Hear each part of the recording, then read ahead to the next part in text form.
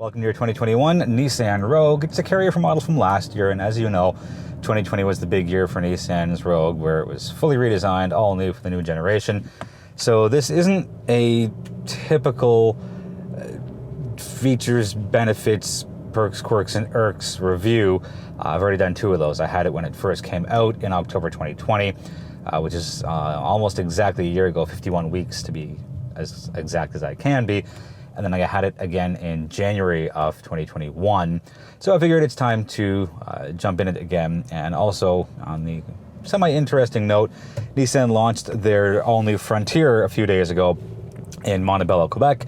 So I decided that it's probably a good move to show up to a Nissan event and a Nissan vehicle.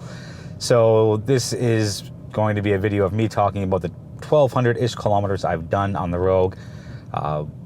Different things I've noticed and what it's like on the road, because yeah, when I get cars for a week at a time, I can give you a pretty decent driving impression report and what I like about the inside and the outside and all that. But after spending again a week in this for almost 1,200 kilometers, there's different things that I'll notice, and let's get right into that right now because it's already been a minute and 20 seconds.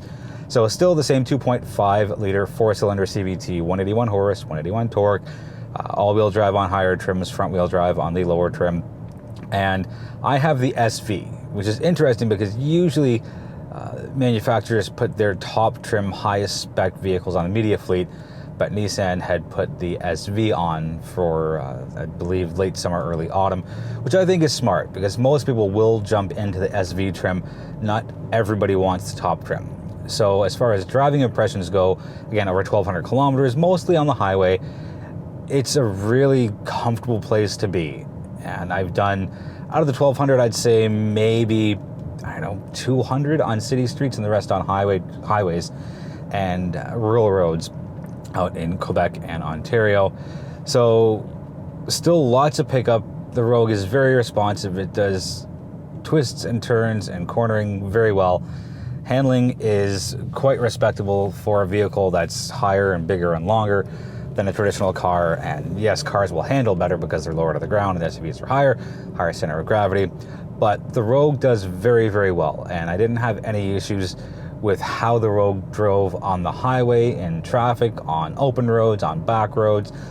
So I liked the driving impressions the first two times I had it, and I like it that much more now that I've had a long stretch of driving uninterrupted in it. We'll jump to the seats for a quick moment. It's their zero gravity seats, and I think a lot of people kind of don't really take seats into full consideration when they're considering how the vehicle drives. It's more how fast does it go, how many times can I do this, and what are the wobbles like and all that. But seats play a very key role because this is where you're sitting, this is where you're stuck. And I don't say that in a bad way, so this is where you will be when you are driving the vehicle.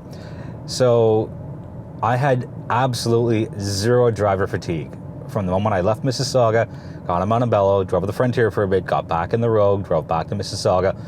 No driver fatigue, no fidgeting, no adjusting my seat, no doing that kind of lean forward and twist your shoulders a bit. So with the SV, there is no full digital dash. That is only on the Platinum trim. And sure, if you like the newest technology, you'll love the 12.3-inch screen. It's high res, it gets you all your information. It's easy to go through and pull your information out of. But I feel funny saying this, but the old school way of analog dials on the outside and a digital screen in the middle, it's getting you the same information, and it's just as easy to navigate through to get your any of your alerts or your settings or your total distance, your fuel consumption. Everything is so easy to get through, and it's just one little tiny corner of the steering wheel that has all the controls for it. So it's nice and centralized. Clear to see at night, no glare during the day. There's a really big hood here covering or going over the dashboard. So I always had a clear line of sight, and it is white numbers on a black background, which to me is really smart. It helps the numbers jump out even more. Steering wheel, flat bottom one, very comfortable to hang on to for, again, 1,200 kilometers worth. And I keep saying that because usually test drives for me are anywhere from 350 to 500. So I've kind of tripled what I usually do. And again, it's just been such a great experience here with the Rogue. Let's take a quick spin into the infotainment system, which I have no issues with. Hard touch buttons on the bottom, very responsive touchscreen up top, 2 big dials on the outside. It is exactly what it should be. So you have your combination again. If you feel like touching the screen and doing all your digging that way, you can. If you don't, there's a nice set of hard touch buttons at the bottom. It doesn't do everything the touchscreen does, but it gets your key features taken care of. Apple CarPlay, no issues, no glitches, no black screen or anything at all. It worked perfectly the entire time. Storage here is great. Cup holders are just to the right of the gear shift. You got some storage in your map pocket. And everything is so well laid out, I didn't have to guess at anything. As far as interior manners go, no complaints. Everything's well within reach. You can see my hand touching the top of the screen here. Actually, my fingers are, I'm not sure you can see that, but easily reachable. I sit all the way back, so if I can do it, really anybody can do it. I loved that there was a panoramic sunroof standard on the SV trim. I like natural light. The shade's been open the entire time. I had the sunroof open for a few hours as well, so I can see why the SV is the popular trim, and I like the way Nissan spec'd it out so that there's a lot in here. As far as Irks go, I'm not a big fan of the CVT. It's fine. Nothing's wrong with it. For me personally, I would rather have even a 6-speed automatic transmission. Just my personal take on that.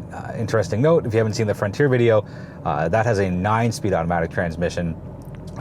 And during the presentation, they did mention that, you know, for a brief moment they were considering putting a CVT in the Frontier, but they've gone up to the 9-speed transmission. And I wonder if the next generation of Rogue, which is I think 4 or 5 years away, might steer clear of the CVT and go back to a more traditional 6, 7, 8, 9-speed automatic transmission. I think that's going to pretty much wrap it up here. Oh, one other quick thing. Let's quickly jump into fuel consumption. I have reached 6.9 liters per 100 kilometers. Now, most of my driving has been on the highway. I will definitely start with that. But fuel figures are based off Nissan's website and Natural Resources Canada on a 55-liter tank, 9.2 on the city streets, 7.2 on the highway, and a blended total of 8.3. So all the safety features are here that come standard with the Rogue. For example, automatic cruise control, for collision warning, blind spot monitoring, lane departure warning, rear cross traffic alert, and the 360 cam. So SV will definitely be where it's at. Yeah, that's pretty much going to wrap it up for my revisit to the Rogue. And if you've got any questions, let me know in the comments, and I'll do my best to get you answers as soon as possible.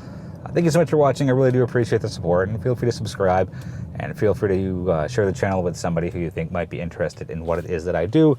Until I see you again, be well, be healthy, be safe.